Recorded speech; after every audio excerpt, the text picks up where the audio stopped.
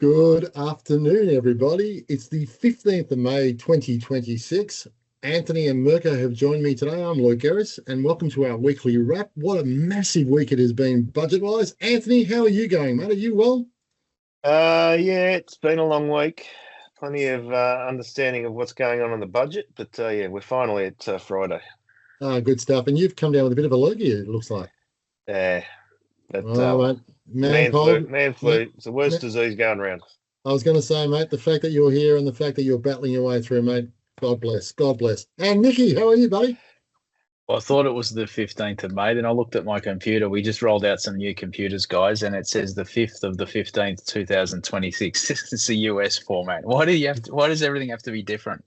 Anyway, I don't like change. I know you I'm don't. really well, and I likewise am pleased that we've sort of crawled our way to an end of another big week. It has been a huge week, mate. It has been a huge week. And before we get into unpacking what a huge week has been, why don't you give us a quick update on the markets, buddy?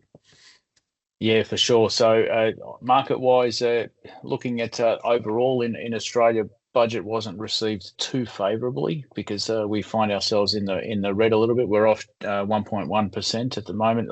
I thought we'd actually be in the green today because the US had a decent night last night, but not the case. We're just hovering in the red, down 0.06 at the moment with a couple of hours to trade.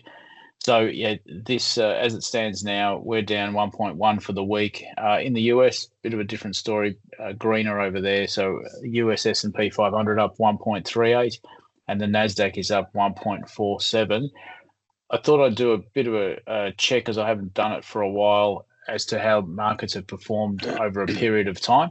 If we just take into account the 26 calendar year, so since 1 January, interesting set of numbers. So Australia actually finds itself minus 1.68 for Oh, the 26 calendar year since 1 Jan. If I compare that to the US, the S&P 500 is up 9.5% this year, so in the last 5 months, and the Nasdaq is up 14. And I thought, let's just extrapolate that over the last 12 months and see where we land.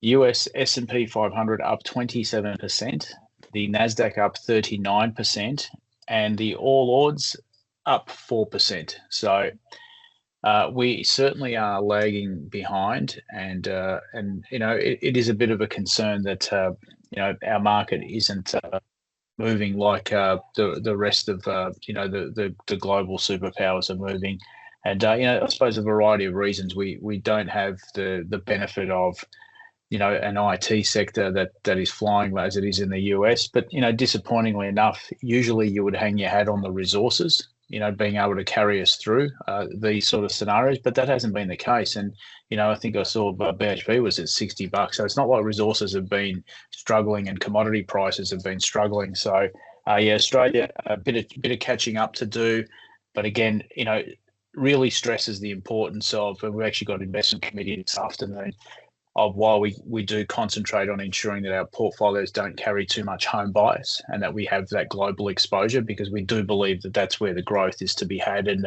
I think we're going to have some interesting discussions today on that front and about portfolio positioning and what we're overweighting and underweighting.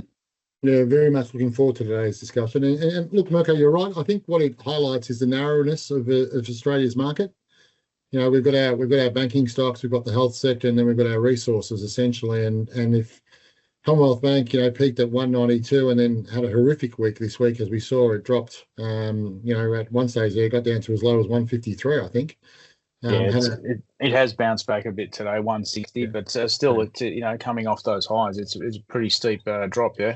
yeah, pretty steep drop from that point of view. And then if you look at someone like a NAB, from 49 down to 38, so it has been that from that end. And then let's not talk CSL and Cochlear. They've been absolutely pummeled for a variety of reasons. It's and this is what happens. The Australian market is quite concentrated, and if your three or four or five or six stocks don't perform to where they need to perform, and then they're going to hold the index back.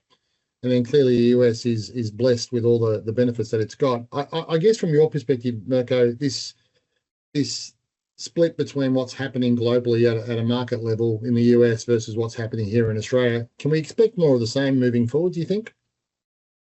I think so. I mean, we've always sort of, we tend to beat ourselves up a little bit, but the numbers don't lie, do they? And the question, I suppose, for Australia is: are we starting to get left behind on this side? We're starting to see a lot more companies that are choosing to list overseas as opposed to here, even if they were sort of established here. Those signs are concerning. We're going to talk about the budget later, but we talked about the entrepreneurialism and the incentives to actually create something. Are we starting to lose that? Yeah, look, I think you're right, and I think you've hit the nail on the head there. And it's a good segue into the budget. So, Anthony, this week we had the federal budget, and we did a massive presentation to our clients for which I believe we're going to share the link on today's email that goes out to clients as well. But we had a massive discussion around the budget, and usually budgets are boring affairs. There's nothing that exciting, and you tend to sit there, you hear a lot of here, yeah, and no one does anything from that point of view. This budget, however, Jim Chalmers promised an ambitious budget, and my lord, did he deliver one. It was ambitious and a lot of broken promises. So we're seeing changes in capital gains, negative gearing, family trusts. Do you want to give us just and mindful, we've already discussed this at length and ad nauseum, but do you want to just give us a quick, 10 seconds per each initiative? 10 seconds. Thanks, Luke. That's a challenge. So in terms of capital gains tax, effectively all assets now are, whether it's pre or post 1985, will from 1 July 2027 fall into a new CGT regime. Indexation will apply from that date, but everything up until that date will have some, or the current rules continue to apply. So massive changes in that front, and quite a lot of commentary post-budget, and a lot coming from probably the wealthy end of town in regards to the complete and utter disgrace that they considered that this law was or intends to be. Negative. Just to get that right too, there's a minimum 30% on that, yeah? Yes, that's right, which is interesting. Talking to a couple of clients earlier today in regards to selling a potential holiday house, they don't have any assessable income. They're self-funded retirees, draw a pension from their super funds, no income, but they go and sell their holiday house, irrespective of what that capital gain is, 30% average tax rate on it, which is just ludicrous. It is. I think if there's one thing that's going to be challenging on that front is going to be that minimum tax rate. I think that's quite unfair, I think. Yeah. Negative gearing is another area that was targeted, which we knew was probably coming. Effectively from 1 July 2017, negative gearing won't be available to residential. 27, you know. Sorry, 27. No negative gearing on residential property. So effectively, you'll be accumulating those losses to offset against future profits from that property or gains if you do dispose of it. There is a carve out or effectively an exemption on new residential builds, which is interesting in itself. And the other thing was trust distributions or family trusts in regards to income. A lot of people have been utilising what we'd call low-income adults within their family trust to effectively lower tax rates. They're now adopting a minimum 30% from 1 July 2027. So that takes out a lot of opportunities or a lot of tax planning mechanisms for families, which is really trying to align, in my view, to the passive or the companies with passive income. They pay a 30% flat rate. And also, as I just mentioned, the capital gains tax, which is 30%. So everything seems to be coming back to trying to get 30% across the board. Yeah. Okay. All right. Well, look, thanks for that. And I guess just so we get this right and our clients understand this, those clients who are negative gearing today and had negative gearing arrangements in place before budget night, they stay. Nothing changes. So everything still operates the way it operates from that point of view. It's the changes occur from budget night through to the 1st of July 2027, and then beyond the 1st of July 2027, where it's actually just specifically limited to new builds. So just something to be mindful of. Gentlemen, it was a fairly big budget. Capital gain changes, I've got my views on those. The negative gearing changes, I've got my views on those from that point of view. And I've also got my views on family trusts. A couple of questions I guess I want to explore is, do we think that the budget was a good one? Do we think it was fair? And if there was a complaint with the budget, what is it from your perspective? Mirko, I'll go to you first, mate. Yeah, look, from my perspective, I think I may have mentioned this when we had our weekly pulse, and we spoke about the budget, the pros and cons. One of the things that this budget certainly does is sort of fill some holes for the government, some short wins for them. It is a gaping hole in the budget, but I do think that it fails to address the big picture. I'm not too sure that we're actually solving for this home shortage crisis that we have. I don't think that we're solving for young people being inspired to sort of be homeowners and all the rest of it. I'm actually not convinced that that is the great Australian dream going forward, to be perfectly honest. So, yeah, I think that we've sort of missed the boat on the bigger picture, and that is, as opposed to sort of dealing with the short term, and that is like we've got these budget issues that we need to deal with. What are we doing for the next generations going forward? You know, Yeah. what are we doing to inspire the next generations to make sure that people look at Australia and go, wow, how good is that place? Yeah, no, yep, that's a fair statement. What about you, Anth? What do you think? Oh, I think that's right. And I think in terms of housing affordability, I think one of the challenges, or what they haven't addressed, is that they've tried to focus on the affordability piece. But the one thing that they have not addressed at all is the incentive or the entrepreneurism of builders and construction to effectively go out and build these things. We know that margins are tight in those areas at the moment. So what was in place other than the $20,000 asset write-off?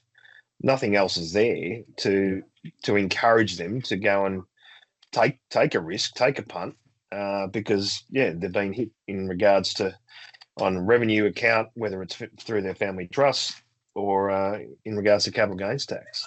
Yeah. It's just, I think they might have got it right on one side in terms of the revenue collection and in terms of what they're trying to do, but I'm not sure that the incentives align to the other side. Yeah, and look, I do agree with you. Look, for mine, there's probably two parts to this. I think the whole intergenerational equity piece is a fugazi, and I think this housing supply issue is also a fugazi. I think this is a pure and simple tax grab, and I think what we've got to do is just be honest with what the government's trying to do. Now, if we can imagine you have capital on one side and you have income on the other side, and they're both being taxed, and don't get me wrong, the capital rules and the way capital was being taxed were probably unfair, and the younger generation we're paying the fair share of that, and they shouldn't have to do that. But if you're going to go and tax capital and do what you're doing, and they're proposing some fairly decent changes on that side, what you then do is you then offset that on the income side. But what we've got here is we're taking 30% across the board. That's what we're trying to do: capital gains, family trusts, and negative gearing, what we're doing from a paring back point of view, and all that kind of rubbish. And we're giving you a $250 offset. So you can kid yourself as much as you want. The reality is here in Australia, we don't have a revenue problem. The government is really good at making up shit and collecting more taxes. What they're not good at is actually scaling back spending, particularly in the areas where there's significant waste. And that to me is probably the biggest issue. So I think Jim Chalmers and to Albanese, I've got to give them credit. They've managed to hoodwink part of the electorate to think, actually, this is a really nice thing. But I think the people who are smarter are actually going, hang on a sec, this doesn't make sense. I think where the top end of town needs to be careful is where the top end of town is now complaining about thinking of self, because they're not going to get any supporters on the other side. But I think if they argue this to go, well, hang on a sec, if you're going to take it in this hand, that's fine, but you can't have it in both hands, then you're starting to make a compelling argument. And for mine, I'm with both of you in this one. When you start to over-engineer things and you start to take monies out of people's pockets unfairly, people eventually crack the SADs. And when they crack the SADs, people then turn around and say, well, what's the point of me doing what I do if the incentive is not there? So it helps to explain why young people are leaving the country in droves. It helps to explain why businesses are choosing to list in other parts of the world. And it's helping people understand why businesses are going, it's all too bloody hard, we're going to shut down. The government really needs to be careful about what it wishes for. So, and I think sometimes you just got to call it for what it is. And I think at this moment in time, that's a challenge for the government. In fairness, I must admit, certain parts of the press are pressing them, but I think they're pressing them on the populist pieces. They're pressing them on the thing of the with them. How much this hurts me, but it'll be interesting. Now, last night we also had a budget reply. So Angus Taylor got up, gave his own version of a budget reply, and typically budget replies are a waste of time. However, for Angus, it was his big night. He's only just come into power. He's only just had his fair share from that point of view, and it was his opportunity to shine. Mirko, a couple of things that he raised last night. You want to take us through those? Well, when the first bit of feedback you get on your response is from Pauline Hanson that says you stole my ideas, it's probably not the feedback you were looking for. But no, Angus did get up and sort of share some of their policy thoughts from that point of view. There was a lot being said about immigration and a lot being said about we want to limit the numbers of people, that are coming into the country. And some of the things you sort of take with a grain of salt. But one of the things that was actually common sense was like, we can't have more people coming into the country than we're actually building homes, as an example. So I think that sort of makes a bit of sense. I know the universities will be very nervous about this and the lack of international students coming in.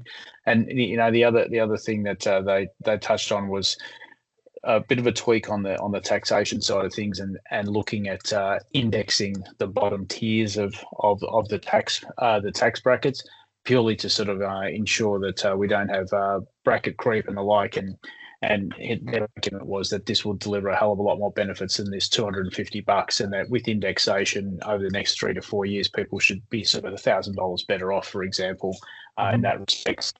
But like I said, I think your point is valid, Luke.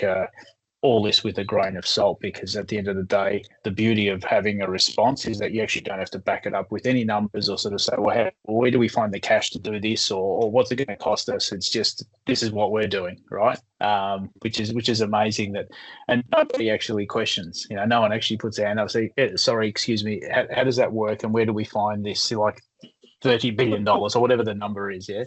But that was the take there. So interesting. Are we seeing the Liberal Party shift a little bit further to, the right here?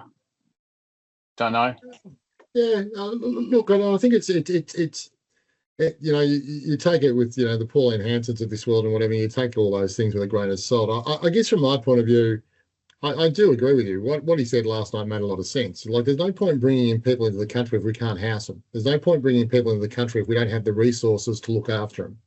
There's no point giving people who come into this country benefits that Australians have been working for, paying taxes for, and doing all the hard things for, to then go and give it to somebody else who hasn't contributed to the system. That seems wrong from that point of view. So you kind of go, okay, tick the boxes and all those sort of things. So I think move the populism to the side. You kind of go, that's all right. But you're right, Mirko. The joy of being in opposition, you can say what you want. Nobody really cares what you say anyway, because usually they think you're stupid. So it's like, yeah, okay, whatever. But you can make outlandish statements. And like last night, we're going to roll back. We're going to oppose the capital gains thing. We're going to oppose the negative gearing things. We're going to oppose the family trust rules, which in theory means that, okay, if they didn't exist, you don't pick up all the revenue that's coming through. And yet you're going to throw $22.5 billion worth of tax cuts into the mix. So you're kind of going, well, someone's got to pay for this somewhere, I imagine. But hey, that's just me being stupid, I imagine. Anth, have you got anything to add on that space? Maybe superannuation is his target. Oh, don't. We dodged a bullet there this time. Seriously, do not start the war, Anthony. Do not start the war. Okay, and just mindful of time because we do have investment committee. So Donald Trump this week in China. Now, when Donald Trump first went to China in his first term, from that point of view, it was like a Cheshire cat, chest out. China, where America's the dominant force. 8 years later, America's not that dominant force that it used to be. It feels like it's very much China's in control, and Donald Trump has gone over there with a mea culpa cap on. Just some of the feedback that's coming out of there. China has made it very clear to Trump around Taiwan, nothing to see here, and don't interfere. Also, they've pointed to the fact that Donald Trump is presiding over a declining superpower, which I thought was really interesting.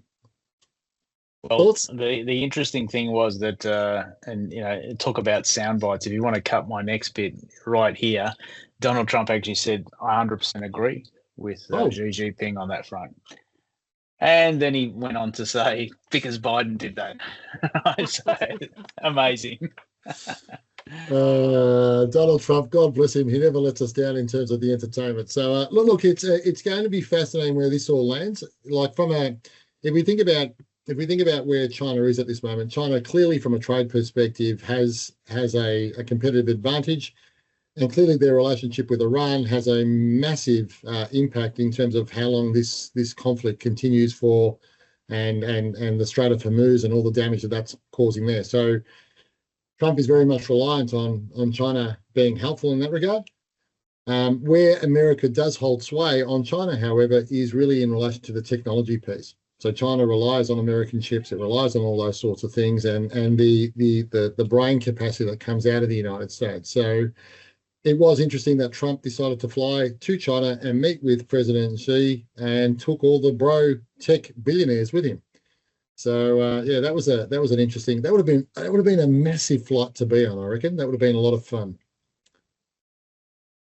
Not for the billionaires, I wouldn't think. Fair enough too. Now, Anthony, before we get off the screen today, you did mention something about the King and Rod Stewart. Apparently, they had a bit of a get together. And something was whispered that happened to make the news media. What was said there, buddy? I'm not sure what the event was, but Rod Stewart was shaking the hand of the King and said, well, something to the tune of, well done in the Americas. You put that little rat bag back in his box. God bless Rod Stewart, eh? So Rod Stewart is the king. Was he talking to himself?